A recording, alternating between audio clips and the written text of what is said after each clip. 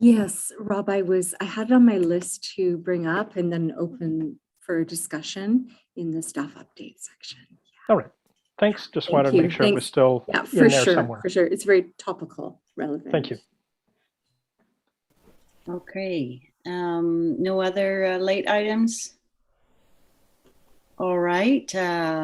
If everyone has had a look over the agenda, perhaps we could have someone move that we approve tonight's agenda. Nicola, and someone to second it. Rob, all in favor? Thank you. Approved. And we'll move on to the adoption of minutes from October 19th. Did anyone have any comments or edits that need to be made on the minutes? There was a tiny typo, but I can just send that to Steph later. In that case, can we have someone move to adopt the minutes? Jeremy, second. Nicola, thank you. All in favor? Great, thank you. Okay, so the minutes are adopted. Do we have any public comments today? No. Okay, so we'll move on to number 4 on the agenda.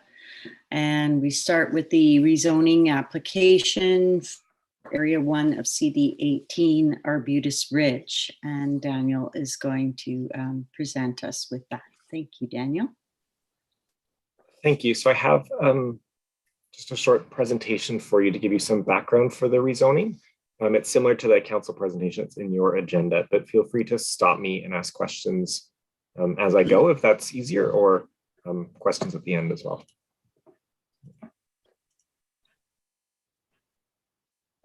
Okay. So we have a rezoning application for an area that's called Area 1 of CD 18, so a comprehensive development zone 18, which is for the Arbutus Ridge subdivision and development, or some people know it as King Edward Bay Phase 2. So it's located on the west side of Bowen Island off of Windjammer. So if you know the new, it's called Joan Audrey Lane is the new road that comes off of Windjammer. So the comprehensive development zone was rezoned in 2013, and it has these different pockets that are called Area 1. It has a pocket called Area 2, and then Area 3. So the rezoning application I'll go into is specifically for Area 1, but by way of sort of background, in this rezoning that was done, the area shown as Area 3 is to be provided as parkland to the municipality. So as the subdivisions have been progressing, we've gained some of the parcels as parkland already.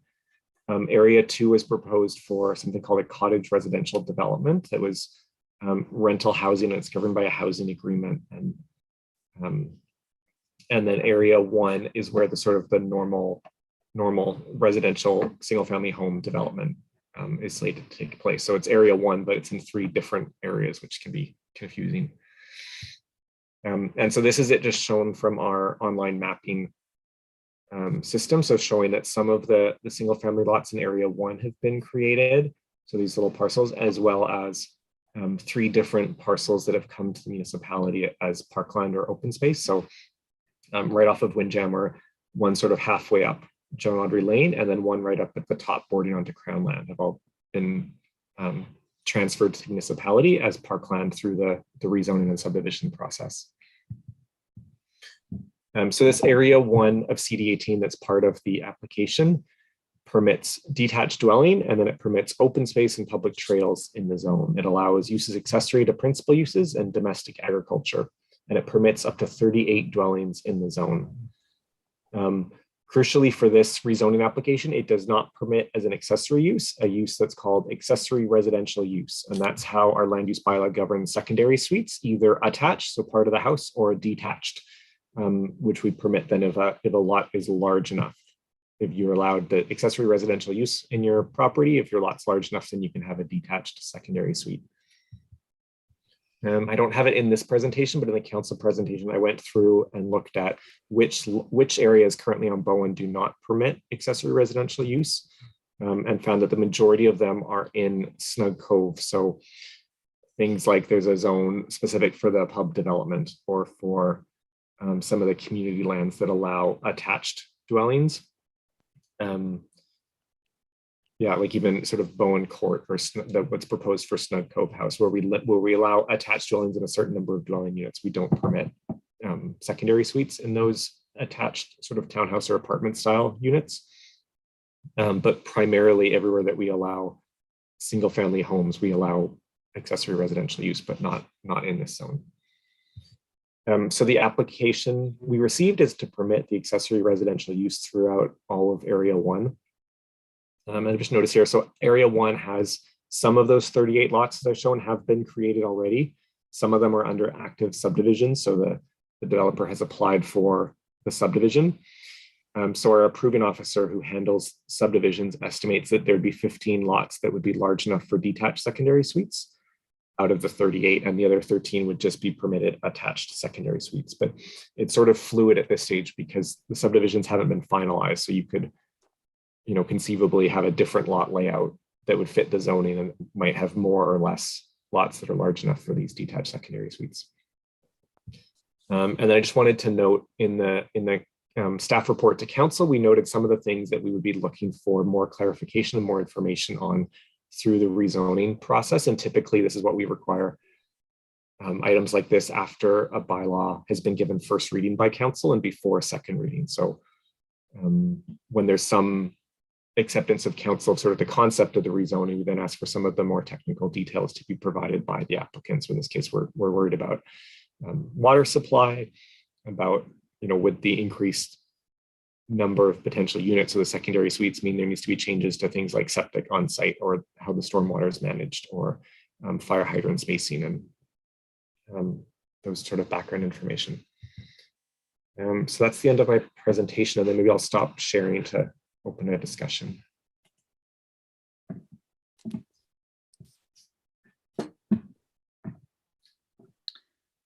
Sue Ellen and then DG. Thank you. I won't be making a whole lot of comments because of course I'm on council. I can always speak then. I'm interested in hearing and listening, but I'm wondering if you could, apparently there are trails that already exist, and I believe this committee or its precursors, anyway, while I was on this committee, I have never been involved in, as far as I can recall, these trails. So can you show us where the trails are now, or if if that's part of this? Yeah. So the one I'm most familiar with, can you see my cursor okay? Yeah. There's a lookout point. So Joan Audrey Lane cuts up the front. Joan Audrey Lane has a trail alongside it as you go up. And I know that there is a lookout point sort of, where is it as you come in? Is it here, in fact, with a trail that comes off of Joan Audrey Lane through and around to here? I believe that this southern property is part of their subdivision. They're constructing a trail from Malcolm Creek up to connect to this part. And then I believe then there's trails that kind of loop through the site. I don't know if Bonnie, if you can fill me in. They're not included, like, because it's sort of, the land hasn't been provided to the municipality yet. So it's like they're trails that were slated to receive through the subdivision. So they don't show up on BOMAP because they're not municipal trails at this point. But in essence, okay, it's like when the rezoning was done, the applicant had even installed the trails at that point. So prior to the rezoning application, there were trails on site. I believe some of them have sort of been reworked then as the subdivisions have gone forward and, the road put in and the trail was moved and things like that. But I don't know if Bonnie, if you had anything else to add to that. And near the top of Area 3, I believe, is that what we're referring to as lot 17 as well, Daniel? Do you know? Judy refers to anyway. It's in so. Area 3. So the Schooner Lane property is adjacent to this subdivision. So right there where Daniel's cursor is. And so the trail that goes through that Schooner Lane property actually then goes into the top of Area 3, I believe, and then into the Crown land and then hooks up to Hanglockers further. Okay, thank you. I just wanted to get a sense because if we're putting in what would be rental suites or other family members or extra houses or however you want to think about them. The question of how do people get around and would they need roads and cars or could they walk, I think is significant. And the trails is of interest to me with this committee with that big Mount Gardner behind. Thank you. Okay, I'm going to go into listening mode. Thank you. DG? I guess my question is a little bit broader in terms of the rationale for keeping this area out of the sort of more general, accessory dwellings not permitted. So like the rationale previously, why wasn't it included? So that's one question. And then looking more broadly, how does basically doubling the carrying capacity of that area impact overall, sort of the OCP population numbers for the island? I guess this is a two-part question. Sure. So I mean, I've had this question now from a number of committees and from council in terms of why wasn't it included? And I don't really have a definitive answer. Like when I look through the rezoning file, the rezoning staff reports, they all sort of start from the assumption that it's rezoning to allow 38 dwellings. And there's no discussion about allowing secondary suites in the zone or not. So I've sort of have heard stories from people at the time of like somebody said something, but I don't really have an answer other than, in my mind, it's like, well, we allowed secondary suites in I think 2008. And this application started not long after that. So I don't know if it was just thought that, oh, we're not fully sort of embracing secondary suites and maybe asking for secondary suites in the zone was a step too far.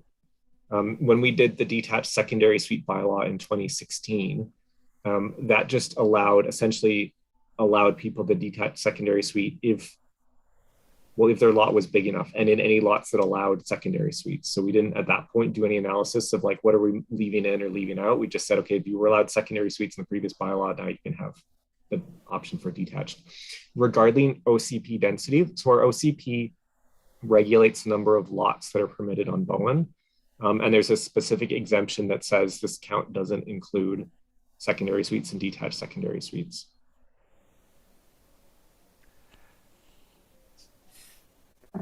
Rob? Two questions, I guess. With Area 2, the cottage development, just to get a sense of overall numbers, do we know how many dwellings would be going in that area that are proposed?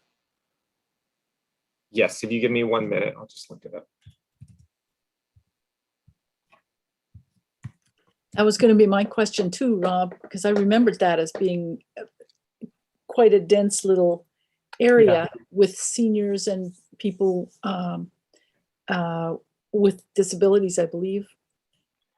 That was the original proposal, I think, Sue Ellen. I'm not sure exactly how that's going forward at this point. It permits 14 dwellings. And there's a total floor area that's allowed overall. Okay. Thank you, Daniel. And the second is, I can't recall where I may have heard this, but has there been some discussion about lowering the threshold for when a property can request a secondary detached suite? And if Yes. so, do we know what impact that might have on the numbers? So the Housing Advisory Committee recommended to council that council consider lowering the size. And council endorsed that recommendation for staff to consider. So I'd expect at some point we're bringing a report looking at the implications of that change. It would change, I guess, these 38 lots. There'd be some potentially that would be in between the size. So they would be smaller than 0.36. And then if council picked, if we did consultation and end up with a smaller number, there may be some lots that would then be allowed detached secondary suites. But But I mean, the zoning application, I guess, is to allow every property to have an accessory residential unit, be it attached or detached. So in that case, it makes somewhat of a change if you think, well, people are more likely to build detached, maybe not. Yeah. But the standard for lot size would still hold. That it wouldn't bypass what's already been established to now of the size that. Yeah. What's been requested in this application is just to be added that as an accessory use to be treated the same as other lots on Bowen. So it would just be to add that as, and then whatever general regulations council that are now in place or that council amends would affect this same as every other residential lot.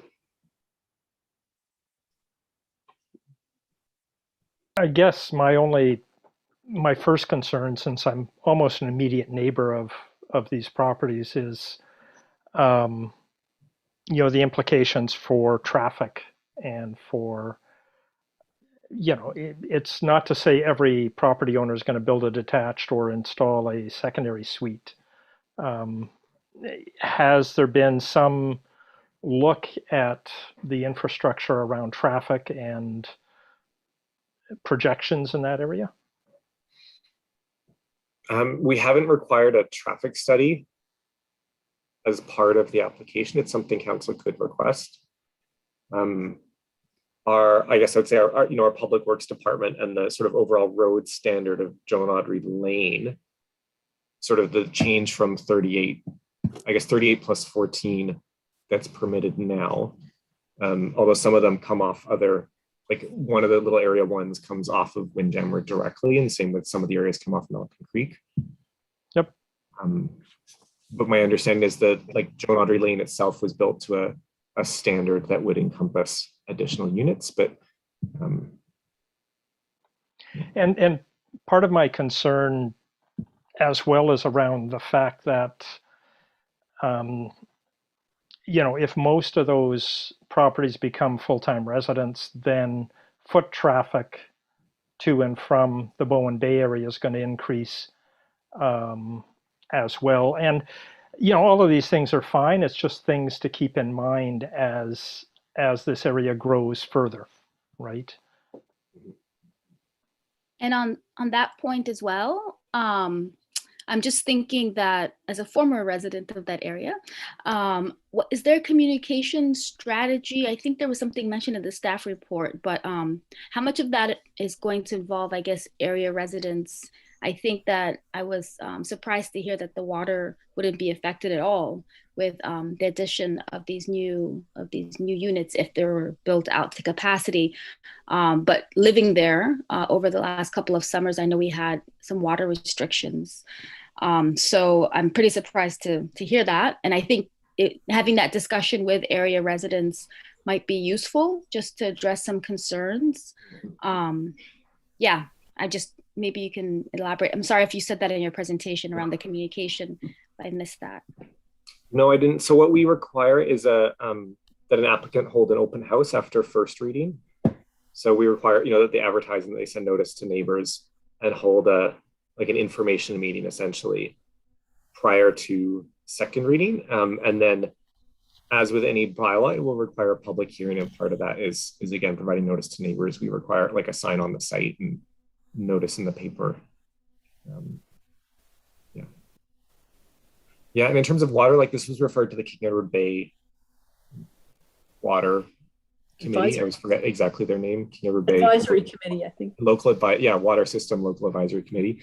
And we had a good discussion with them. And so one of the things, they were looking at is a study by Urban Systems that looks at sort of the West Side water systems and what the supply and demand is for water in the different areas. Ultimately, I think their recommendation to council was wanting to address some of the sort of longer standing challenges with the West Side water. So between the King Edward Bay and Bowen Bay and Blue water systems before council proceeding with this rezoning. So that'll be something for council to consider specific to water supply. Daniel, I've got a couple of things in the back of my head here. One is when this application for the initial subdivision was made, what triggers an environmental assessment before they go ahead and split up the property into separate lots, and where they put trails and roads and so on? Has that ever happened on this property? And what are the standards for doing that in a subdivision like this? Sure. So in a subdivision, the approving officer, one of the requirements under, I always forget it's the Land Act or the Land Title Act, but one of their considerations is like that a subdivision not have a harmful impact on the environment. So as part of that, the subdivision approving officer can require environmental reports as part of a subdivision. And so I'm aware of some of the earlier phases and, the environmental reports provided as part of those. As well as part of those is, the applicant provides a site plan that shows where the lots are located and any proposed trails. And the approving officer then refers that to staff for comment. Some of the time, as in this one, it's like they're generally working off a master plan that was prepared at time of rezoning. And then, so as in this one, then the subdivision has been done in phases. So we've completed, I think, 2 of the phases, and they have application, and for the 3rd phase, with a 4th phase to come. So typically then at the start of the process, the approving officer is looking for like the master plan of all of it, recognizing that then they're applying for the 1st phase initially, but wanting to know that the phases all mesh at the end of the day. But on the same time, knowing from my experience here, every time it's like the phases change as you go through too. So it's you start off with a master plan that they all fit and the 1st phase, and then sort of the developer learns stuff and it changes a bit for the 2nd phase and so on. And does that take into account water courses and riparian areas and things like that? Does that all mean done for the property? Yeah, so that's supposed to be part of the process, essentially, is that there's environmental reports done as part of, so in this case, I believe it's part of the rezoning initially, and then as part of the subdivision when it's on each lot being created. Okay. Just a follow up to that is, I noticed in the reports that there was talk of, keeping as much natural vegetation retained as possible. And as soon as you have the ability of each lot to then clear more of their lot for secondary suites, of course, you're reducing tree cover and potentially increasing erosion and the stormwater treatment, as you pointed out, needs to be taken into consideration. But just something as the Greenways committee that that's something that we should take into consideration. But again, other areas have been allowed to have secondary suites, and so I guess it would be there'd have to be extenuating circumstances to not allow this particular property to have the ability to have secondary suites. But that's and I guess to think about is like, so the zoning limits lot coverage to 25% of the lot and limits floor area to 260 square meters, which is, what is that, close to 3,000 square feet. It's not proposed to change as part of this application. So in essence, it's like people would be able to build the same amount on their lot. They would just be permitted to use it differently. So you could see, so, not saying this would happen, but potentially then it's like somebody was going to build a house in a garage, and now they can build a house in a garage with a suite on top. They're not permitted, additional lot coverage, but they're permitted additional uses within it. That's good to know. Okay. Yeah, like it's interesting with this, like the phase 2 of this subdivision at the top of Joan Audrey Lane, like sort of historically on Bowen, it's like a subdivision will complete and there'll be kind of a lag it's like maybe somebody will build and somebody else bought the lot to build their dream house down the road, and they'll sit empty, and it'll sort of slowly build out. And definitely this phase 2, and I think as well the recently completed phases in Evergreen, we've seen sort of a change in that, like the lots were created and we got building permits for most of the lots almost right away. Like if you go up and see how much has been built. So in essence, it's like, it's hard to evaluate this in terms of, no development versus this proposal. It's like, I would imagine without allowing secondary suites on these lots, that they're going to get built on pretty much right away, regardless. And it sort of is, would they be developed with suites or without suites? Bonnie? Thanks, Daniel. Every time I hear you present this, I think of additional questions. So, our water aquifer recharge, all that, it really depends on, the hardening of these lots and reducing the amount of native vegetation, plus climate change on top of that. And in essence, more development, more water usage. So it's all compounds. So this is cumulative effect here. And, I did watch the Water Advisory Committee, and there was a lot of, or potentially there's enough water for everybody. So that's great. But, I just think that we are in this changing climate. I'm very, very in tune with that right now. I'm thinking a lot about it. And so I think there is unknowns. And so I'd like to err on the side of caution whenever we're talking about water resources. And then the other, that's just a comment, general comment. Another thing is that, is there any way in the planning world that a covenant, so what I'm concerned about is the density was, I believe at the time of subdivision, there was sort of more density given because, the idea of the farm, and it was already quite dense. And so then now we're potentially adding more density to the area. And, our beaches, our trails, our water systems, there's, impacts to that. And, this is progress, right? This is what happens with population increase. So I guess, the floor area or the amount of buildable footage, that's great. But what happens, what I've seen with councils is that down the road, people can apply for variances. And so, and councils, yes, councils do deny variances. Forgive me if I'm wrong, but if somebody wanted to increase the floor area, they could go to council for a variance. Is that correct in the future, Daniel? Is that? Yes. So I'm just wondering the mechanisms to which we could ensure or try to dissuade that, because councils generally are fairly supportive. That's been my experience in 10 years in local government, is generally councils are pretty receptive to variance applications that come forward, generally speaking. So I've seen way more approved than not approved.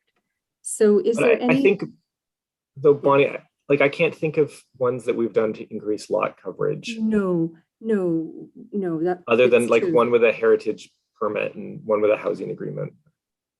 Yeah, but not saying that it couldn't happen in the future, yeah. Right? Yeah, especially like if a detached secondary suite wanted to be increased or something in size. Perhaps. I'm just wondering if there's any covenanting mechanisms that we could have in place, because they're a little bit harder to maybe get rid of or something, if there's any covenant options. Yeah, I mean, I believe, and I'm not sure off the top, but I believe that this subdivision has a building scheme. Like the previous phases have had building schemes, and part of what that building, we've done similar for the Evergreen properties. Part of the building scheme mirrors the zoning. So they have a building scheme that limits the floor area to the same as in the zoning. No, that's not held by the municipality, it's held by the developer in essence, but so yeah, I mean, it's technically possible to place a covenant on. I think most of the time, like if you asked a lawyer about it, like they would say, well, your zoning regulates that. Why would you double it up? It's like the zoning regulates the size of the building. You almost like the local government can do it through zoning. It's more secure and more whatever than a covenant. and council can amend either one. So if somebody had a case for it amending the covenant, they had a case to amend the zoning, I guess. Okay, thank you. Nicola and then DG. Just about I think King Edward Bay has its own, I don't know if it's like a neighborhood association or if they're strata or what it is, but I have friends who looked at a property there and wanted to build a workshop on the property as part of the garage, I think, but they were told that their floor plan was too big for the lot, and that wasn't through the municipality. That was just through, I don't know who they were dealing with, but there must be some neighborhood organization that also has a say in those kind of things, because I know that sale didn't go through because they weren't given permission to build the size of workshop garage that they wanted to build. So Yeah, I believe That's there's a strata there, isn't it? I think it's a strata or there's something. one that or two also- stratas that have building regulations in King Edward Bay, and the municipality has a covenant on building footprints as well in areas Right, in so King that Edward Bay. would probably extend up to the new phase as well, I would think. These are fee simple lot developments. They're not part of the strata. Oh, As I okay. said, it's like there is a building scheme on title for the previous subdivisions that regulates sort of building design, similar Oh. to the way a strata would control it, Right. but they're not strata, they're developments. My other question about the secondary suites, would those be also open to Airbnb or any use that they wanted? So the zone does not allow home occupation, so it wouldn't allow a bed and breakfast in the building. The zone also doesn't permit residential guest accommodation, which is essentially the Airbnb. So they would not be permitted to be Okay. Airbnbs. I know. DG. So thanks very much. So I guess looking at the real impact of the increased density on our beaches in particular, I'm wondering whether there's any studies that have been done by the developer to one, look at the impact on beaches in particular, and two, whether if there are alternatives, because King Edward Bay Beach is not terribly big, and Bowen Bay those are the two closest beaches, I guess, and I guess Crayola is the third one, and whether or not there could be some, I don't know, increased accommodation to the increased numbers of people in the neighborhood. Like, what is the plan for this, or is there a plan?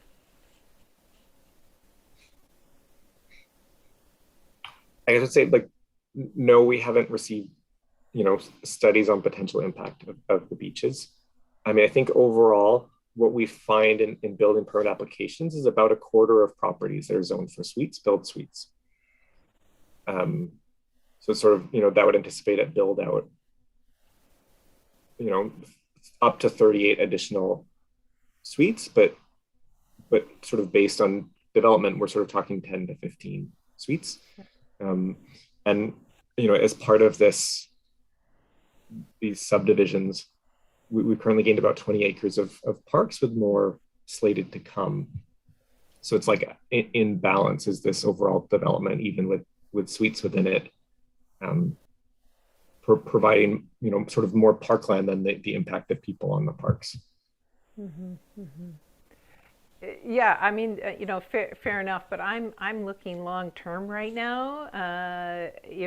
Sure, that's the current rate of conversion to adding more, for properties to have suites, but I see Bowen having, incredible pressure from that wonderful large city that we live next to. So I don't think that we could necessarily base, the development, in the future. We should not base that on what's necessarily happened in the past, so that if it's zoned for a suite in every property, that's what we should be thinking is very much possible in the next, 15, 20 years.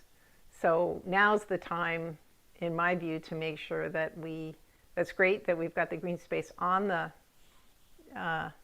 property, but also look at the impacts in the surrounding green infrastructure, such as particularly beaches.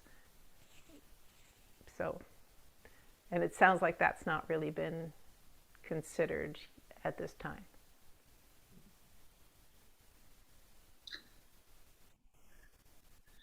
Does anyone else want to raise any points? Sue Ellen. Just a question for the planner. DG, I think, or somebody reminded me about the farm aspect. Can you remind me about that? I know it was part of area 2, right? Cottage residential. Mhm. Yeah, and it's sort of like the rezoning was before my time, so I'm not as familiar with that. I know council had asked for more information that I was to bring when I returned, but in general, yeah, so part of the proposal was that it would be sort of agriculturally zoned, or allow, some sorts of agriculture or horticulture on the site, and as part of sort of living for adults with Down syndrome, I believe. But I'm never quite 100% sure on the details, so Yeah. I don't get, but I remember something about seniors living there too. And anyway, it just brings up the question of water for irrigation with me, because it's up on a hillside and I don't know how much level ground there is for growing. As I remember, it was cottages and gardens and people working together and who knows if that would ever happen. Anyway, I'm just trying to recall. It might be another water thing, might not be but in terms of parks, trails, beaches, and greenways, I would just be concerned that there'd be enough water left for nature, so that the healthy forest ecosystem would be around, and that it wouldn't be prone to fire. Thinking climate change and thinking about the landslip and flooding possibilities, and the idea of having a healthy forest, they're like a sponge holding on to all these rain events. Anyway, I'll shut up now. Thank you. So my sense, and I'm going to pass this to Steph, maybe she's kind of formulated something moving forward, but is that there are concerns from the community on what the increased potential density would mean to the use of the nearby beaches, to the traffic and natural vegetation on the property, and water use. So I'm not sure we're at a place where we can say, yes, we approve, or no, we don't approve of this recommending this go forward. But Steph, do you have something? Oh, sorry, you're not coming through. We couldn't hear that. Okay.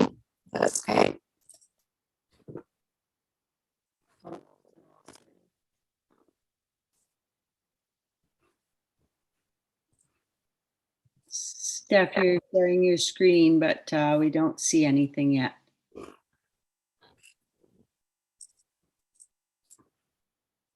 Steph, are you there? Yeah, can you hear me? you're breaking up, Steph. Okay. Might try turning off your video of your, so we can't see your face, even though we'd like to. Yeah, still a problem with the audio. Would maybe call me and I can have you on speaker. Or maybe put it in the chat. Yeah, that's what I was going to suggest, putting it in the chat.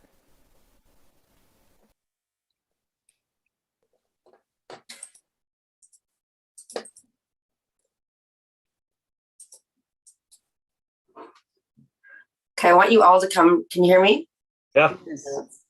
So all come to the public consultation for the budget to get Steph an excellent computer. That's the recommendation. That's it. Can I get a mover?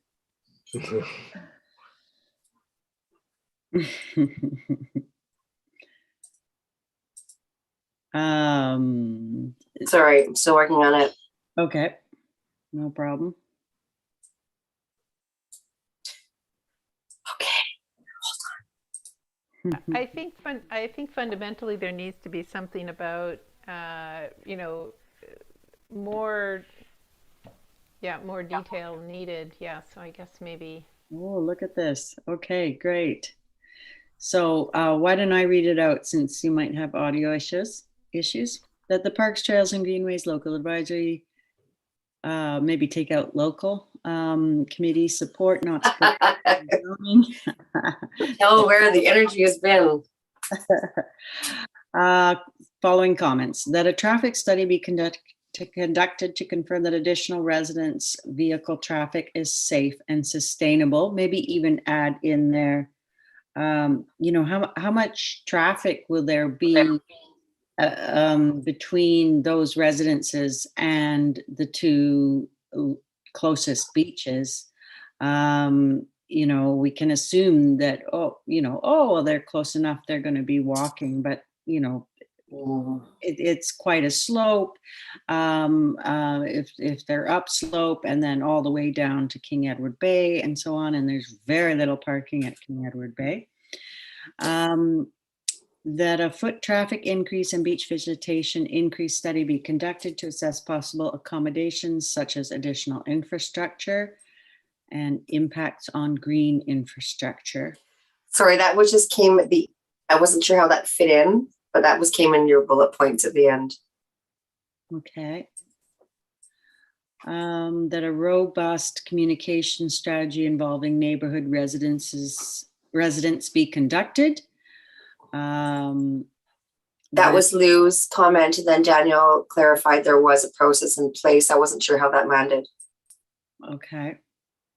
Did people feel like Daniel's explanation was sufficient? Yeah, I mean, I think so. I think the open house is enough. Yes, but please, if you don't. Lou could it probably.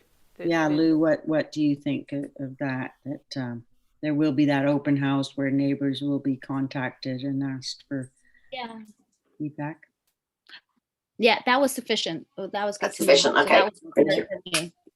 Right. And the water point that I had was it's also addressed there, so that's good. That the hardening of lots affect. Let me change that from effect on water resource recharge be included in carrying capacity prediction. I think Bonnie was pointing out that the carrying capacity is the purview of the King Edward Bay and the West Side Water Systems local advisory committees, but she was adding the hardening of lots piece. Bonnie, did you want to stand behind that, or? And may I suggest, instead of hardening of lots, that it's really talking about the increase of impervious surfaces on the lots is probably a better way to. In or in? In. Surfaces.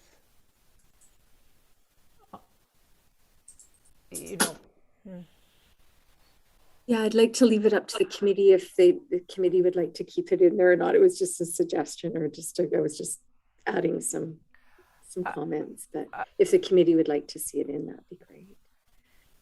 Yeah, no, I think that's a good point to have in. That a covenant be applied to Area 1 lots to restrict floor space ratio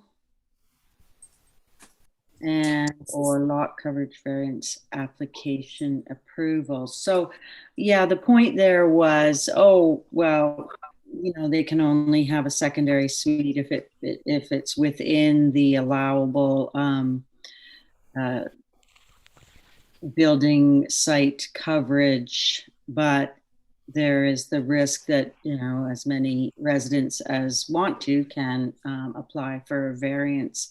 And how do we take that into account if it's piecemeal and, one by one they get approved, then all of a sudden, the situation has really changed on that slope.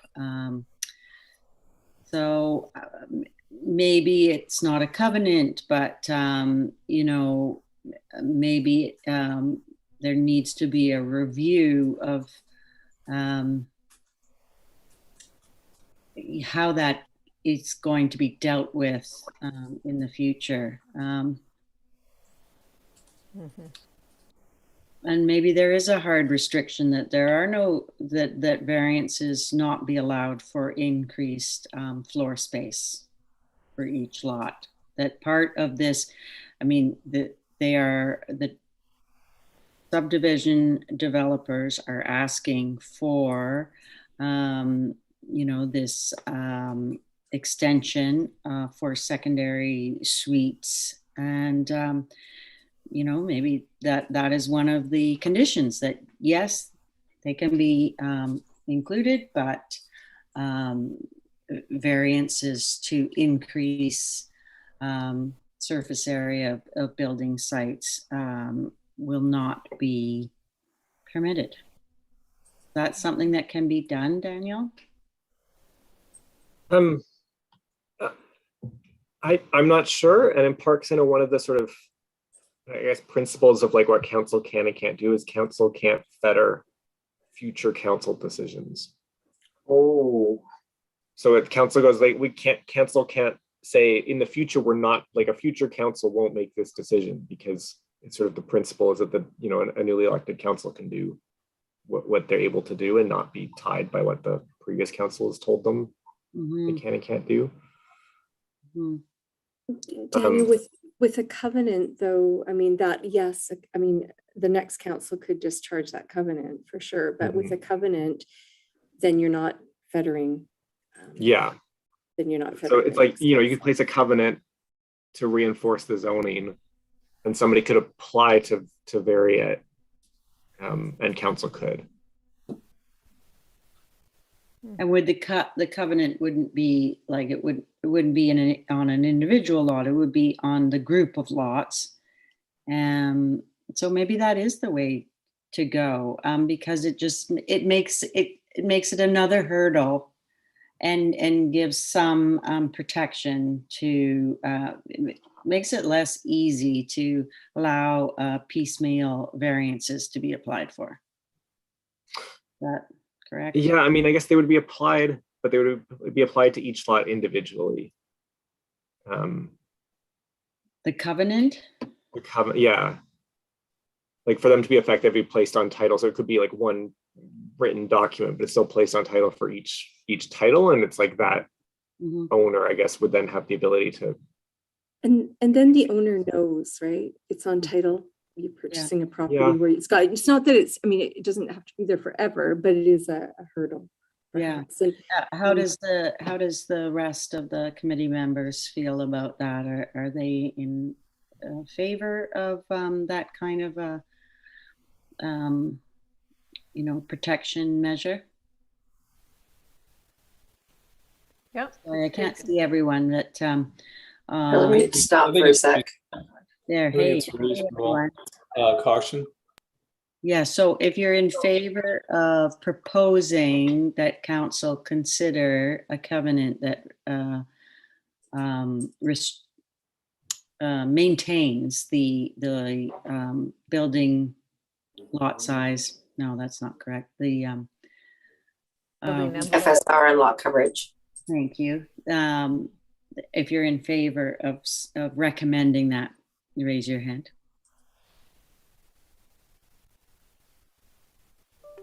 Okay, all committee members are in favor of that.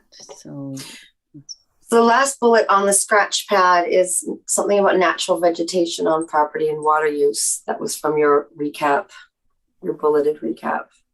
I'm not sure what to say about that. I think we covered water in I- the impervious. Mhm. And I think you just, Jeremy? Yeah, just presumably the developer has done studies of water availability. They're all on wells, is that right? 4 of the lots would be on wells, and the remainder would be on the King Edward Bay water system. Ah, and they presumably have done studies of the availability of water. Mhm. That's a requirement, I gather, isn't it? Yes. Yeah. I think the natural vegetation concern will be partly addressed by, our recommendation to have a covenant to limit building size. And then the other concern was that Sue Ellen raised was about the potential farm area and water usage for that. that's not in this though. That's not part of this. Okay. Right, Right. because cottage development is on a different lot. It's a different, yeah. Okay. Yeah, all I was trying to get to was the idea of making sure there's enough water for nature, for a healthy forest. Okay. All right. So can I, sorry, do you mind if I screen share again? Please do. Okay, so jump to it. Traffic study be conducted to confirm that additional residents' vehicle traffic, including parking, is safe and sustainable.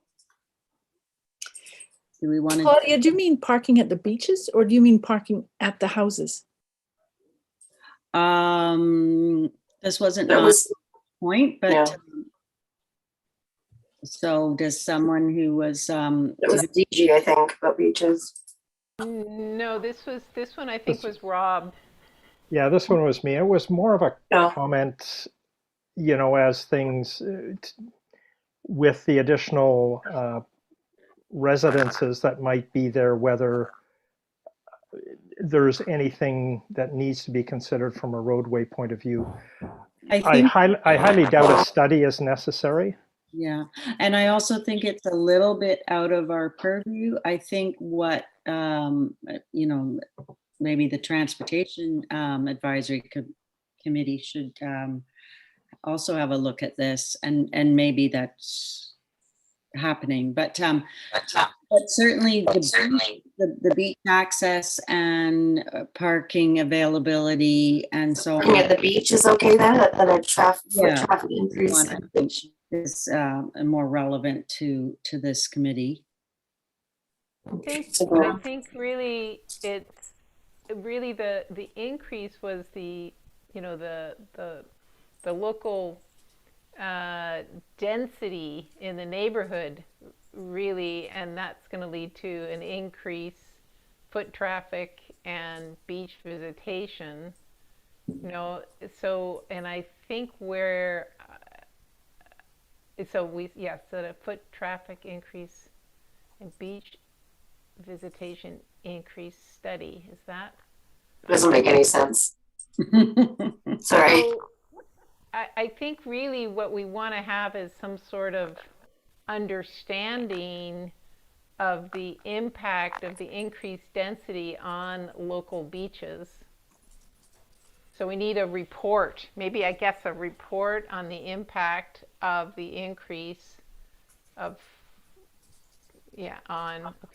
local, that's good.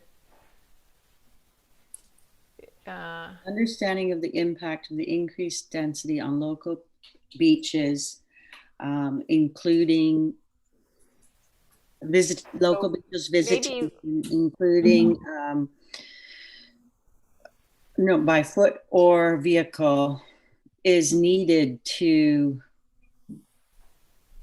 I think we want a report, not just an understanding. I think we want a report on the impact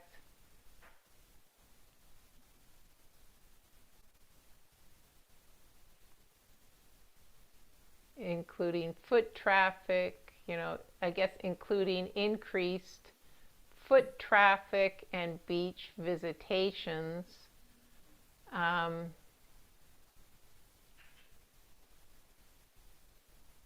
I mean, if we all are in agreement with the essence, Steph and I can fiddle with the wording afterwards, after this meeting. But I think we all understand what is meant here. Yes, Sue Ellen? It might be something like concern about the impact of increased density on local beaches, increased foot traffic, beach visitation on the beach and trail user experience, possibly. Sorry. Concern about. It's okay. That was just in case I'm just thinking parks, trails, and okay, somebody drives down to the beach and they want to park and there's no parking. Okay, so then they, so those sorts of things need to be figured out. Yes. Okay. So it would be a recommendation to council that a report be prepared examining the effects of this increased density by foot and vehicle to local beaches. Yeah, I don't know who, like, I think, and I'm the first to sort of see the potential issues here, but I think more for council, I'm just talking here, but for council, it's sort of, I think it's good awareness. So whenever you have increased density, I don't know if the developer is necessarily responsible for a report about the increased impacts to the beaches, trails, systems that are outside of the development, right? The developer to some extent has no control over where people go and what they're going to use. But what I do think is valuable is that we realize as a committee, as a council, as a community, whenever we have increased density to an area where there's beaches, trails, we have increased wear and tear on trails. There's a cost there. We have potentially have to put in more parking. There's a cost there. There's increased garbage. There's a cost there. There's increase to the environment. There's increased boat traffic potentially, like look at King Edward Bay as it's been built up. There's mooring buoys. There's damage to ecological systems. There's increased self-propelled watercraft on the beaches. So there's those sort of issues. So I think it's important to highlight those, but I don't necessarily know if it's tied to the rezoning that the developer or this proposal that the developer would have to do a report on it. I think it's really an important thing to have like in our notes. So maybe it's more just, to highlight this as a case study that there is these potential increases to taxation, increased operating budgets for parks, those sort of things. And that's the fallout. Those are the things that we should be thinking about, the big picture. What is the cost to the community? Well, there are costs. There are costs. Yeah. And I really appreciate, Bonnie, you say it's not just the beaches, it's the trails as well. Right? So in here, concern about possible impact of increased density on local beaches and trails. Possible impact of increase. Okay, here we go.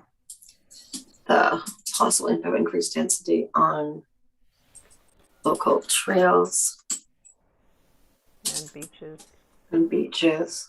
Okay. So we're getting rid of this. Yeah. So, and did you want to talk about garbage and boat usage and all that? What are we doing with that? No, that should be worked in with the increased density on local trails. So, maybe we come away with this with that. We could say that, it's not that we support or not support this application, but these are our concerns that we have with this possible rezoning. Sorry. No? I just wanted to add that I agree with Bonnie and looking at some of these points. Some of them seem just standing on their own to be beyond our mandate, particularly the thing about the covenant and so on. And yet they are relevant to the broader implications of any of these changes. But as somehow they have to be couched in a way as a red flag maybe, but rather than as a point specific to our objection or affirmation. Do you know what I mean? I just, to put Bonnie's point, essentially, that there are overarching issues here, but some of which, if they were expressed as a standalone, would sound as if they're beyond our actual purview, unless you make that you make an allusion to the fact that these are part of a broad problem that does relate to our mandate. Am I making sense? Mm-hmm. Otherwise, my fear here is if we have a bunch of bullet points that standing alone could sound as if they're beyond our purview, then the relevance of our comments get lost. Yeah, no, I think they're very much within our purview, what we've limited it to now. You know, we're talking about the trail use, the beach use, water use, natural vegetation. Those things I do agree are specific, but the one about the square footage, it's relevant in the sense that Bonnie was alluding to, but otherwise it starts to sound as if we're drifting off the point. You know what I mean? True. Yeah. And I don't want the point being not to alienate council from the credibility of the committee. Mm-hmm. So we do have to wind this this discussion up. So Steph, do you want to share the screen again, and we'll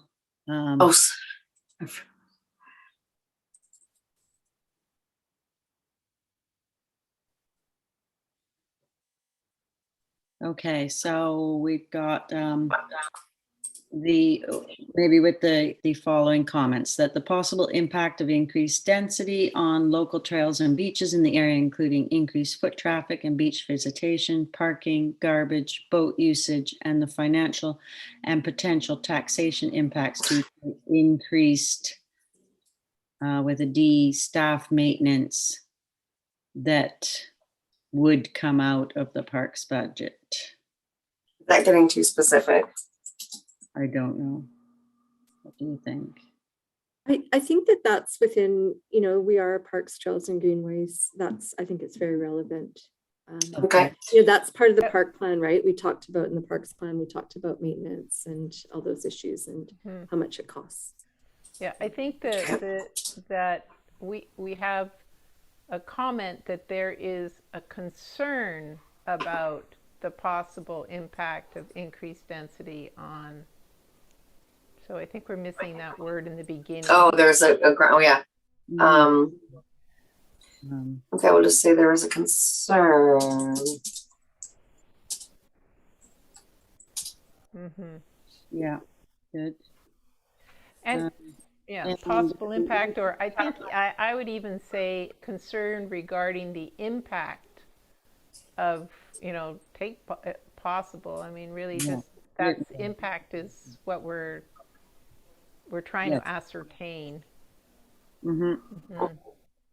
And then that the increase of impervious surfaces effect on water resource recharge be included in carrying capacity predictions.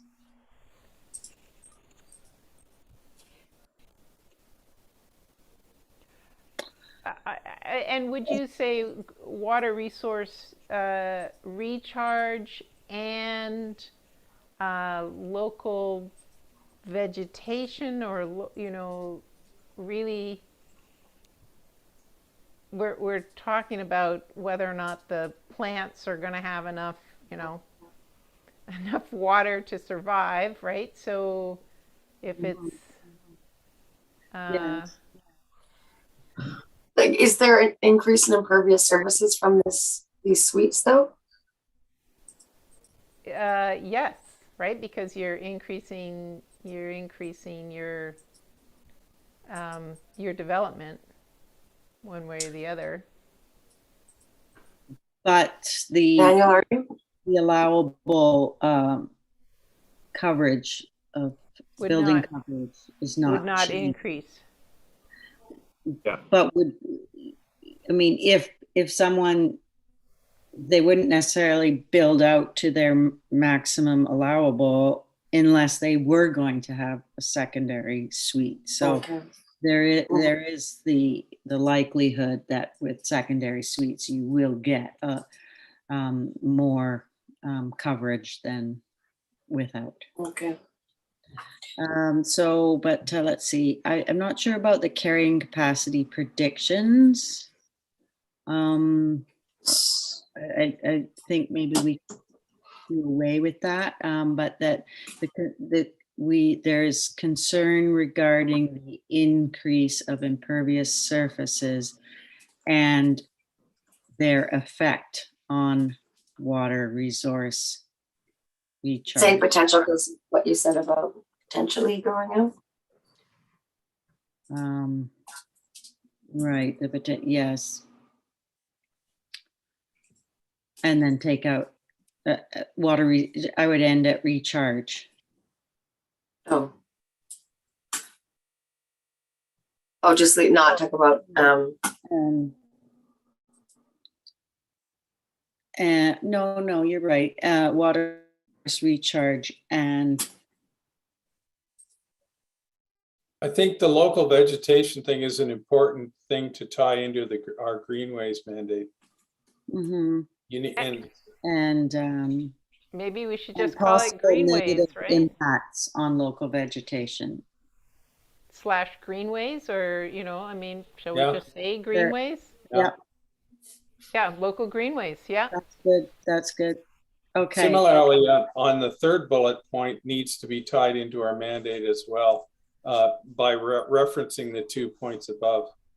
That a covenant be applied to limit future application,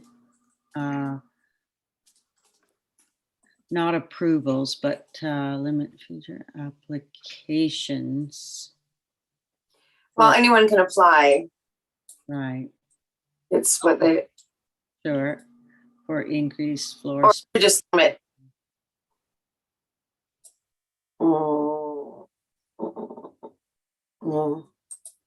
I have to get applications. Sure. Variances?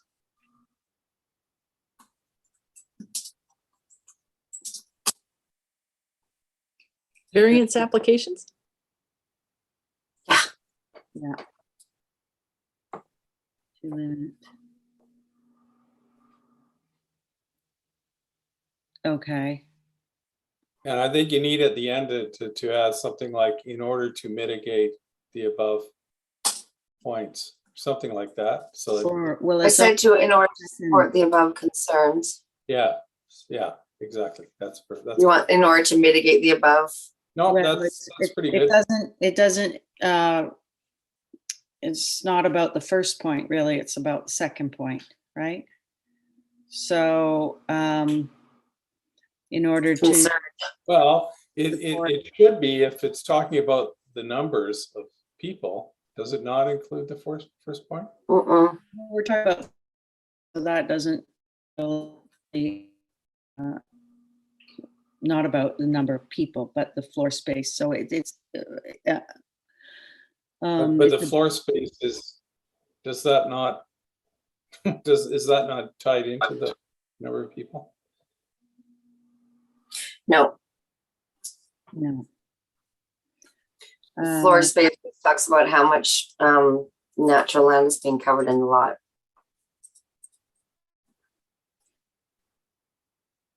How about it's recommended that a covenant be considered, hear me out before you change it, but to limit future approvals for variance applications for increased floor space ratio and or lot coverage for area 1 in order to protect the local greenway water recharge system. Please, someone has something better. Yeah. Well, that says, he says that in order to support the above concern, which is about the local recharge. Okay, yeah. One concern, not the top, yeah, I just didn't think it applied to the beach and all that. It's about, So, yeah, I guess, so the zoning regulates lot coverage and then floor area. And presumably, I mean, are you more concerned with lot coverage you're worried about versus if somebody builds a 1-story versus a 2-story building? Yeah, lot coverage. So lot coverage, what is lot coverage? Isn't that the size of their lot? And then That's looking at essentially at a site plan and saying, okay, how much of the lot is covered by buildings? So it's a percentage, so it's 25%. So it's like on a lot, 25% of it could be covered. so we're talking, yeah, that's what we want is But is that now relevant to secondary suites as well? In terms of what you can include in your property? I think the idea was that if there is a secondary suite, people are more tempted to ask for more. Right, that's why I was thinking there is an association, unless I'm not getting this, that there is an association between the allowed coverage of the lot, potential association between the allowed coverage of the lot and the secondary suite, hence the number of people. Am I missing something there, or is that the case? but the covenant we were discussing was, to attempt to restrict the approval of increased building size.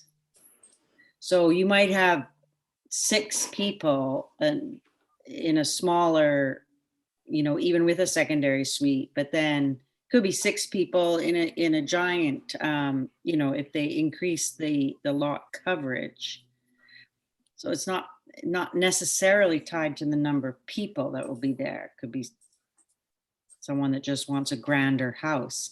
And all of that is removing the natural vegetation, and you end up with a slope and a development where there's hardly any vegetation retained. I don't mean to argue with you, Jeremy. I'm just thinking like I'm just trying to really understand what I'm currently hearing suggests to me that a larger surface area of building could be a necessary precondition of having a suite, another lot, and more people. That's all. Sue Ellen, did you have a point you wanted to make? I was just going to ask the planner if there's anything preventing any owner from clearing all vegetation from the lot in any case. I mean, generally on most of our lots on Bowen, there's not anything. I There's don't no know. rules, right? So people could clear the whole lot. Yeah, I don't know if like the lots that have been created, if that's covered in the building scheme that was placed. I'm not familiar enough with that. But in general on Bowen, it's like the municipality doesn't have regulations about people just clearing their lot if that's what they desire. I mean, we regulate like we do in this zone, has a maximum lot coverage, a maximum floor area for buildings, and then a maximum number of buildings. So you're allowed 1 detached dwelling and you're allowed a maximum of 2 accessory buildings. And none of those are proposed to change as part of this rezoning. I guess the committee's comments are about concern that by allowing suites, there may be an increased desire for people to apply for variances in the future, potentially. And I guess so it's like, it comes back to, well, council still can't fetter future council, but I guess I'm hearing from the committee, if there was a covenant, well, then it's another step for people to go through. Yeah, but Sue Ellen does raise a good point. Doesn't matter what floor space is allowed, if they can remove the vegetation if they like. So, yeah. But if people are happy to leave that in there to show that there is concern, about removal of natural vegetation. I think, why not? Just,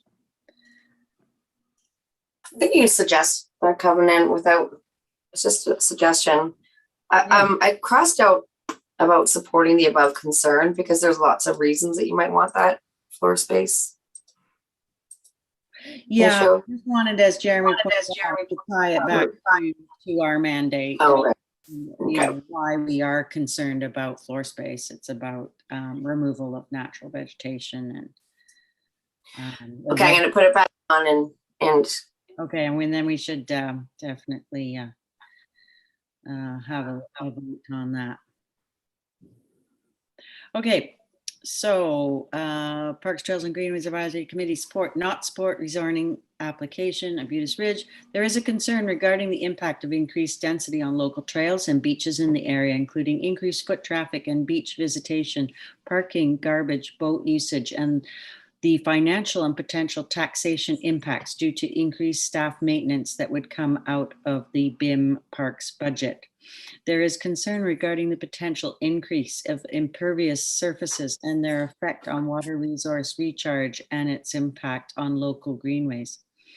That to support the above concern, well, we don't want to say a covenant be applied, a covenant be considered. We're just suggesting this, a covenant be considered to limit future approvals for variance applications for increased lot coverage to Area 1 lots.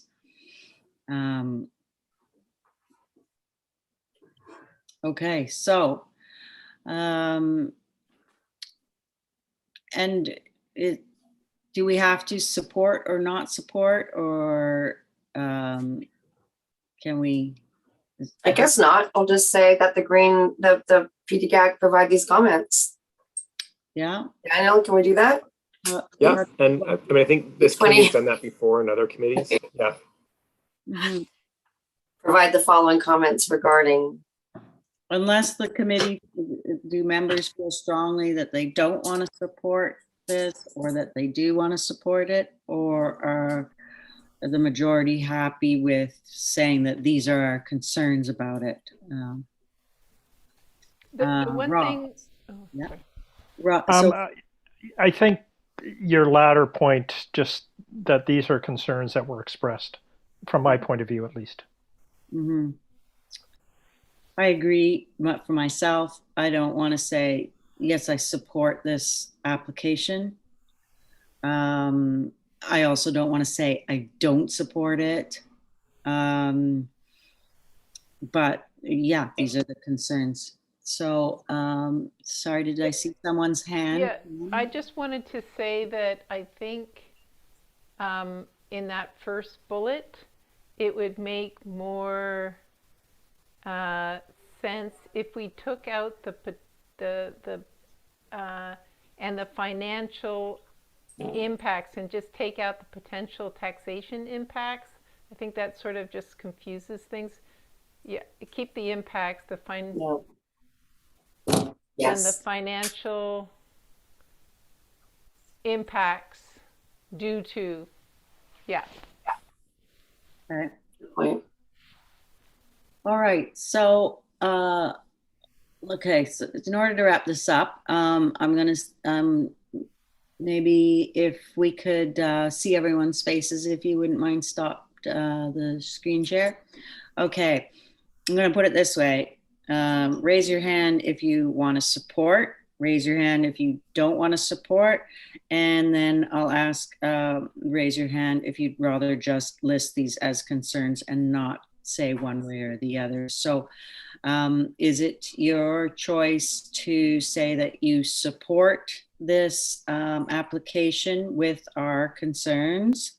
Raise your hand. Do you not support this application and these are our concerns? Raise your hand. Or would you like, as a committee, to say that we are not saying one way or the other way that we support it or not support it, but these are our concerns? Raise your hand. Okay, that looks unanimous. Okay, thank you. That was a little longer than anticipated. Thank you, Daniel, for your presentation and bearing with all our questions and queries. And thank you, Steph, for putting that together. So now let me look at. Bonnie's got her hand up. Oh, who's got their hand up? Bonnie. Bonnie. Hi, Chair Claudia. I just wanted to ask Daniel if I can, because I see that he's got another presentation, but we do have lots of park stuff to cover as well, you know, with updates and sort of just to sort of put it out to the community, people that watch this recording. So Daniel, is the hazardous, it is time sensitive, is it? Hazardous areas, DPA? I guess He's not presenting though. You presented last meeting. But the discussion could go on for quite some time still. It's kind of a big area, I know, for us. I'm just wondering.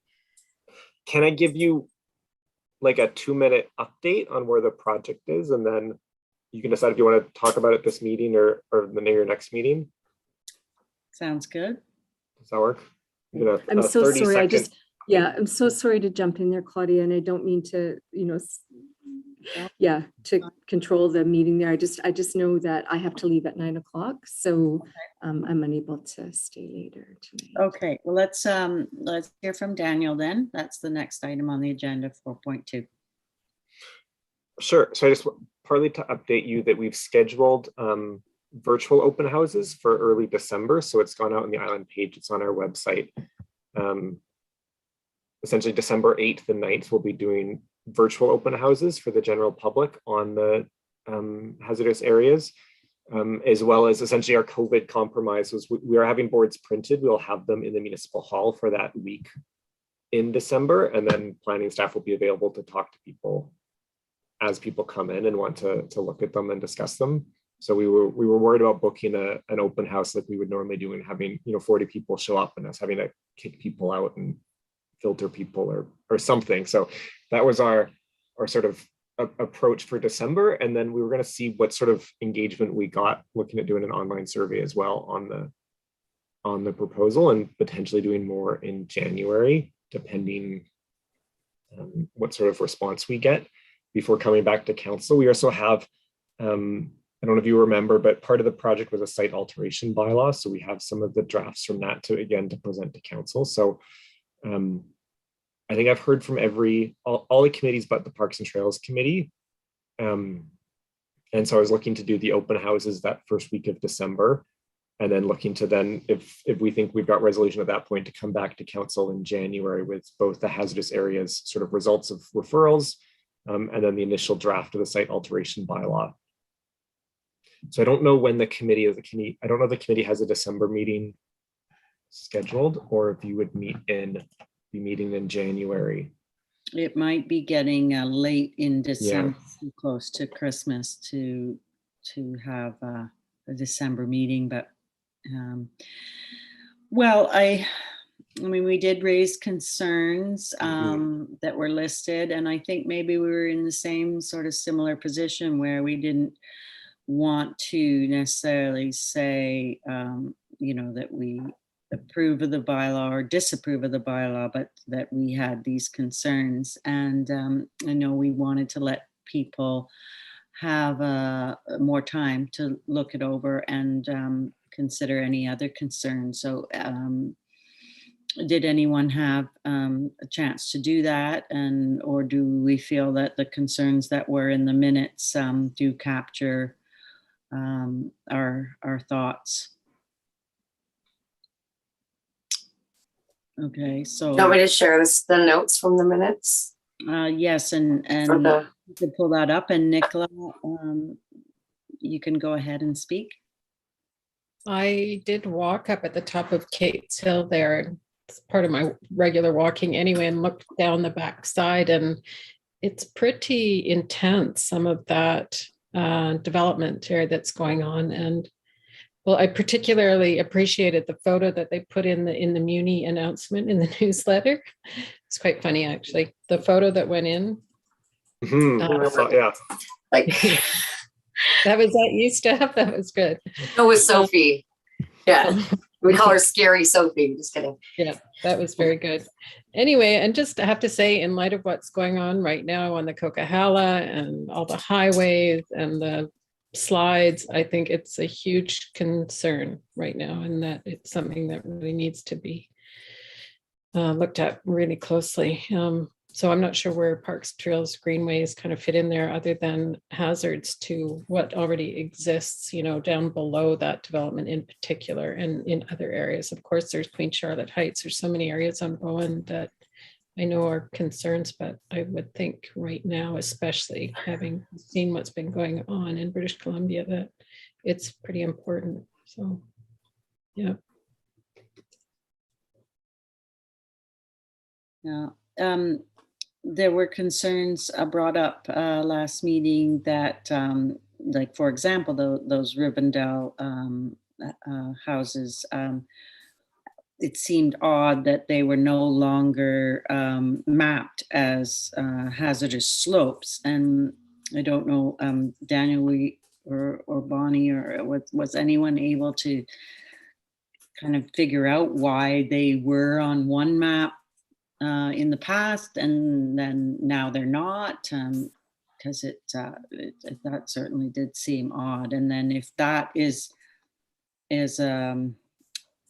somehow incorrect, or, you know, do we have to be concerned about the mapping as a whole, and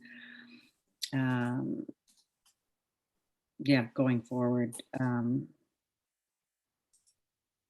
Yeah, and I know sort of the it's like the backside of you know, what I still call Parkview Slopes is all red sort of as you go further around the development, whereas those lots aren't.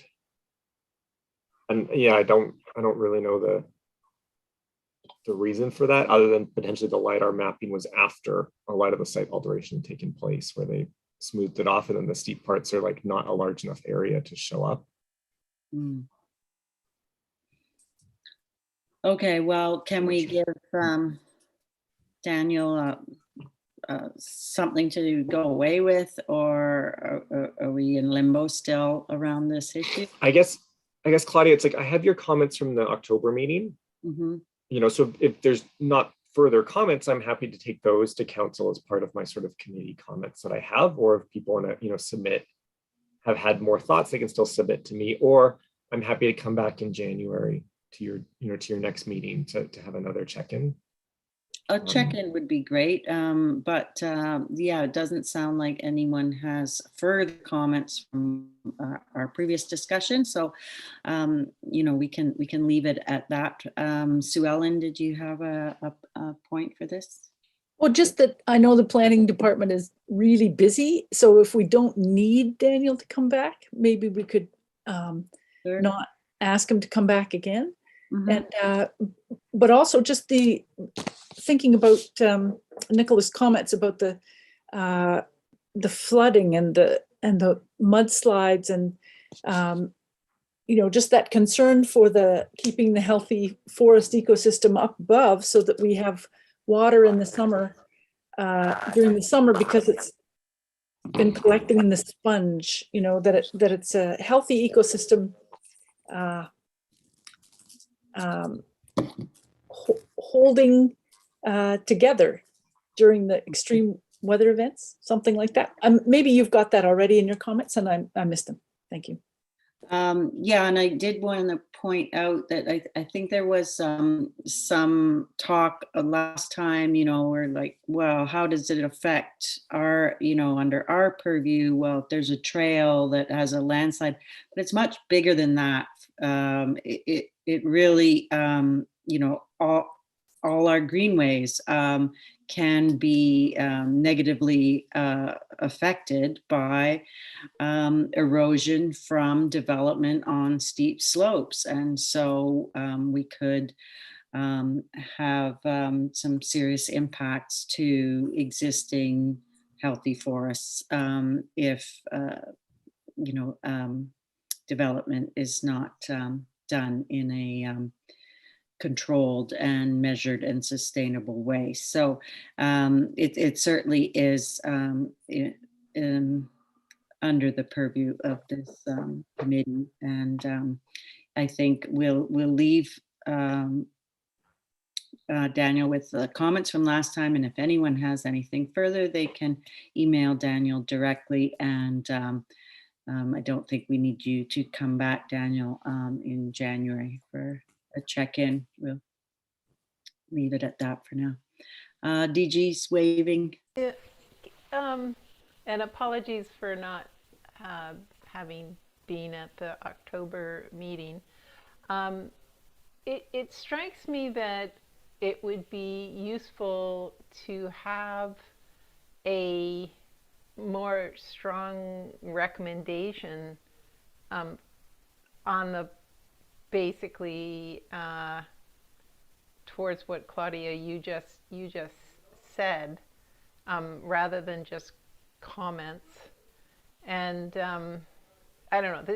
It just occurs to me that I think it would be useful for What kind of a recommendation? or more of a formal, maybe a formal statement that, you know, to the end of what you just said, and that the committee vote on that. Well, just, I would say, for example, like cutting that whole area behind, you know, where those steep slopes are that they're now developing. I mean, that is just not a good idea to clear cut those areas before you build on them. You don't have Particularly to treat considering there that to it's a support. greenway. What's that, Jeremy? Sorry. It's a greenway. It's on the maps as a greenway. With I think the exception that trees can be cut for views. Well, it's kind of ironic because the whole area. We have. is- Sorry. Sorry. Sorry. Finish off. I didn't mean to interrupt. No, I was just going to say that I think there's a proviso that trees can be cut for the sake of the view. Well, all of those houses have huge views, so the implication is that theoretically the greenway could be completely cut for the sake of the views.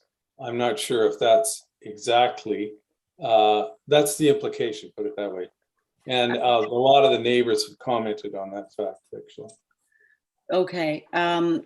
However, I think this is about the hazardous areas bylaw, and so that's taking it in, I think, in a bit of a different direction. So we're being asked to comment on the proposed hazardous slopes. Well, it is also pertinent to the stability of those slopes. Mm-hmm. So do you think there's something general then, if that, I mean, if the direction of the report is going the way that you're saying, that just that the committee supports additional regulating development of hazardous areas? Yeah, that is that a nice succinct version? Can you say it again? That the committee supports additional protection in regulating development of hazardous areas. To protect greenways and trails. I don't know. Do you think there should be an association with our? Yeah, to protect parks, trails, and greenways. Yeah. Mm-hmm. And beaches. And beaches, yeah. Yep. Well, that's where they wash out. Yeah. Mm-hmm. That the committee supports additional protection and regulating development of hazardous areas to protect parks, trails, greenways, and beaches. Mm-hmm. Sound good? Particularly given extreme weather events that are likely to be more frequent in the future with climate change. Extreme weather events. Okay, so let's move on then. Can we get a vote on that? Sure. Can we see the points? Are we going with the comments, all the comments that we had last time too? Because there was stuff about, certified arborist be required if trees were to be removed that were apparent danger trees, things like that? Do we would need to pull up those? I mean, I And think I think I have those comments from before, Claudia. Like those are, I'll provide those, and then I can provide just, you know, sort of you provide detailed feedback, and then this is just in general, okay. you know, your Yeah. support of the general concept. You know. Yeah. Okay. Sounds good. Are we going to vote? Sure. Okay. All in favor? We'll skip the moving and the seconding. All in favor. That's okay. Great. Unanimous. Thank you. Running out of time. We gotta make shortcuts here. Thank you, Okay. Daniel. All Thank right. you Thank so you, much, everyone. Daniel. Thanks, Danielle. Thanks, Danielle. Okay. Take care. All right, Bonnie, please have the floor. And- Sure. What I might do, if the committee, if this is okay with the committee, with you, Claudia, as well, is the work plan. Maybe I can, or Steph, one of us could resend it out tomorrow, just as a reminder to the committee members, just to take a look at it. And then there's no rush because we're actually sort of, our budget cycle is going to go into April this year. So, and there's not budget implications as it stands right now. So maybe we can adopt it or recommend to council that they approve the work plan at the January meeting. So it's not time, because it would take a while to go through it. But Yeah. please, if there's anything that's missing from the 2022 work plan that you'd like to see, please email Steph and I, and we'll add it, and we can have a longer discussion in January. Okay. Or in December if we have a meeting in December. And I don't think Steph needs to resend it because it is attached to the agenda Okay. tonight. So please, if you haven't had a chance, have a look at it, and we can discuss. That'd be great. Okay, good. All right, and next is the Grafton Lakelands Management. Speak to. So again, too, this is, it's not our land yet, but I will be bringing it forward for more fulsome discussion in January, and maybe even asking for a subcommittee to be struck. So we have quite a few things to figure out for the Grafton Lake lands, like dogs, no dog, or dogs on leash, dogs not on leash, motorized, non-motorized, fishing, no fishing, swimming, no swimming, things like that. There's also an environment committee kind of implication as well to this, but around the trails there, I think there's a few things that we'd like to figure out. And with that, like, for example, if the committee wants to recommend to council that dogs need to be on leash, and let's just say in the nature, I'm not recommending that right now, but if that's a recommendation that comes forward, that dogs are allowed, but they have to be on leash around the lake. Now that would be an implication for staff, because the dog control bylaw would have to be amended to make that a on leash area. So there's just, but that's fine. But I would love to have a subcommittee struck.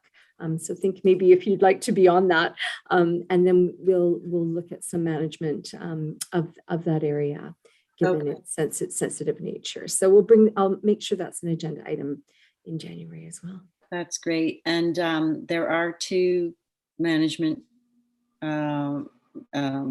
reports with management recommendations for the Grafton Lake lands. So definitely we can look at those and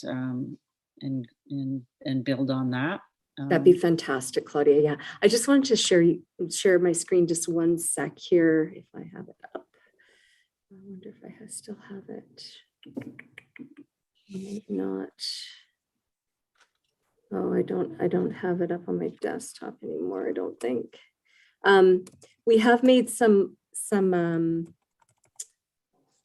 yeah, I don't have it up anymore, but we do have some signage, just temporary signage, or not temporary, some interim signage just to go around the lake. And it's just alerting people that it is a drinking water reservoir. and to tread lightly. They're really cute signs. They're frogs, but they are direct in that, you know, protect our drinking water comes from here. Please hop lightly. And then the other, that's one of the frogs. And then the other one is it's not easy being clean. And then it has the frog and it has clean water coming out of a faucet. So just to go around, just for awareness. And then we'd be looking at, as the management plan evolves, as for more signage, but we don't want to inundate the park with signage either. So there's that fine line. So these are the things we can discuss moving forward. Okay, great. And next would be Cape Roger Curtis.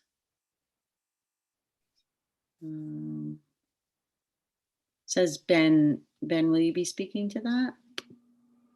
I guess I can. I was just sort of in response to the presentation that Sasha gave at our last meeting, and any follow-up that we have to that. She expressed some pretty serious concerns about the use of public spaces there. And maybe that is something that we could leave for another meeting when we have a little bit of a clearer sense of what we'd like to do about it. But I think that she did bring some pretty important concerns to our attention. So if anyone has any thoughts on that now, that's fine, but maybe we should leave that for January.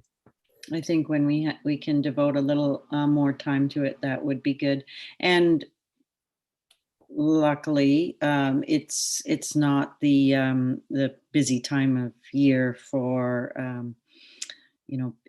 people necessarily with their, like, summer is when it definitely is a more pressing concern. So I think we can leave December. Yeah. Let's do that. Yeah. Okay. Thanks. Good. Nicola? Sorry again, but I really felt for her listening to her speak, but I don't know if anybody, I didn't quite understand why she personally was the one confronting people, and why, if there was a fire concern, you wouldn't just call 911 for fire and have the fire department go out. Does anyone? Well, Sasha is the ambassador for the Cape. So she is, and I don't know the arrangement, I don't want to speak for her, but she's in close contact with the developer at the Cape Lands. So whether it's a paid position or not, I don't know, but she is an ambassador, and, you know, she phones us, you know, I would welcome her conversations with her about different issues out at the Cape. And so I think a lot of the concerns she raised were on private land, because so she sort of looks after the private lands for the owners and the developer. So I don't know if that answered the question, but she did raise some concerns that were valid to our park and trail system out there as well. So that would be really great to delve into that in January. But I hope I answered your question sort of, Nicola. Yeah, that does give a little bit more information, but yeah, I guess we need to talk about it more. And there's a few questions I wasn't sure about. So, okay, I'll save it. Okay, thank you. So that will be on our next agenda for sure. Jeremy, we have you down at 5.4 for special places. Is that is that a pressing need right now, or? I'll just say I'm not sure what anybody wanted or what was requested to be elucidated here. I did, as we all did, receive that letter from a concerned person, and all of the identified places, I would certainly agree, are special or important in some way or another. Some of them are aspirational in terms of our future trail hopes, but I would certainly identify with all of those. I don't know what else needs to be added in that respect, unless anybody else has something they want to add. I think some of this started as the whole idea about kind of formally in the course of our meetings having referenced places. In other words, put a flag as an official committee of the municipality on an area that is considered to be of importance or of significance to us, so that if there are any future pressures on that area, that they can be, we can refer to our prior concern about them. I'm not sure how you move forward in terms of some kind of acquisition or protection for any of those places in future, but that's something ultimately we do need to consider. Bonnie probably has already thought about that. It's within the parks plan. There's,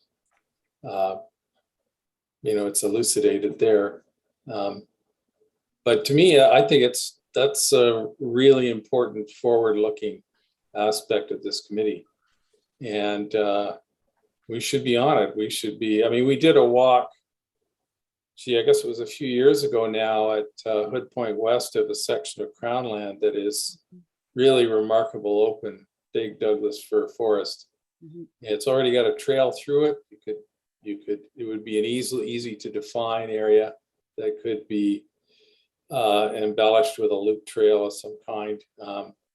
And that would be a good model case, put it that way, for that sort of an acquisition. Yeah, and I think why don't we talk about this again in January for a few minutes. One thing that I think we should discuss is of having a file somewhere, a digital folder or something where areas that Jeremy has pointed out to us, that this resident has also raised a number of locations where we can compile them and have them accessible, and so they're all in one place, and they're meant to be flagged for us in case there's development that affects them, that perhaps we could there's a subdivision proposal that we could manage to secure some of these special places. So let's have a few minutes on next meeting's agenda for that. Ben? I just wanted to strongly support that and maybe suggest that be an item on our 2022 work plan, possibly just the identification of places that we are keen on having, sort of like being mindful of changes or development and possible use as park spaces. So yeah, strong support of that. Okay, great. Jeremy? I also think maybe we should just, as a committee, formally thank the person who submitted that, because we were...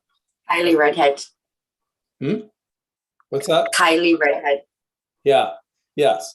I'm not sure who would write that, but I could write it. Oh, I have written her. Oh, you have? Oh, good. Okay, that's done. Excellent. Thanks. Okay. So, thanks, Steph. And thanks for the idea, Jeremy. All right. So that brings us to 6 and our updates. And Phil is not here to give us an update on bits. Sue Ellen, would you like to give us a quick update on Council on Islands Trust? Sure. I'll just make sure I'm not muted. That's very good. Yes, Monday night was Bowen Council, and what you might be interested in from that meeting was we spent a certain amount of time on the referral response to the update of the trust policy statement. Some of you might remember that Bowen Island, as part of the Islands Trust, has a policy statement above us, like an umbrella. It's like the OCP for the whole Islands Trust area, or you could think of it as a regional preserve and protect plan. And anyway, so that is being updated now after 20 years. And there's more public consultation to come, but it was formally referred to Bowen Council as a draft. So it hasn't even been to first reading yet. But Bowen staff had met with Islands Trust staff, and And then Bowen staff had come to Bowen Council and had a committee of the whole. And then last night we looked at the draft letter that staff had come up with. And I'm sure you had a hand in there, Bonnie. Thank you. And then council made a few changes. So there will be a letter going to the Islands Trust about council's input on the trust policy statement. Everything from desalination plants, housing policies, oil tankers, clear cutting, tree cutting authority, things like that. And Claudia? Yeah, Sue Ellen, I was wondering, I'd heard a little bit about the council's letter, and were there things that they council was suggesting be changed that affects the policy with regards to greenways and beaches and like docks and things like that? Yeah. Yep. So this was why it was an interesting discussion last night regarding docks. Council changed the draft wording a little bit last night through discussion. And basically, I think it says BIM 2.3 docks. BIM recommends the proposed policy banning docks.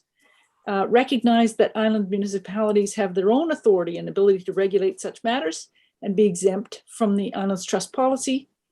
And then the comment that BIM currently has regulations in place through our land use bylaw, period. There was some more after that, and council decided to take that out. You know, I won't go through all the changes here, but it was a good discussion. Docks, hard shores, wildfire protection, species at risk, microplastics. There was a bunch of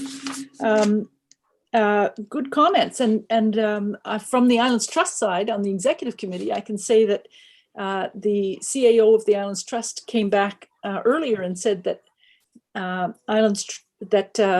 Bowen Island municipality staff had asked for a meeting, and they'd had excellent input, and it was a really good meeting. And you know, so I think this is terrific that they're consulting.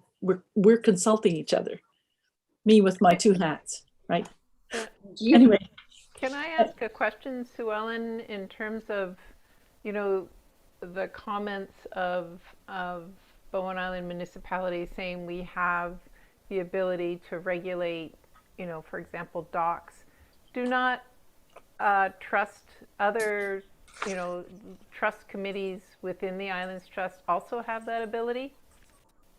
You know, for example, or hard shores or these other things. I mean, is the Bowen Island municipality unique in having the ability to regulate such things? I don't believe so, DG. I think you're correct, but I didn't think it was every local trust committee or Bowen Island municipality has regulations in place. Most of them have some in terms of docks. Some islands don't allow any docks. So, yeah. Okay. Anyway, there will be a chance for everybody, and I'm sure I expect the committee could put in their own recommendations if they wished to forward them to council or to Bowen Council, or to submit them as individuals to the Islands Trust. There's going to be a further public engagement because so many people want to weigh in on this topic across the trust area. And so that'll extend into the spring.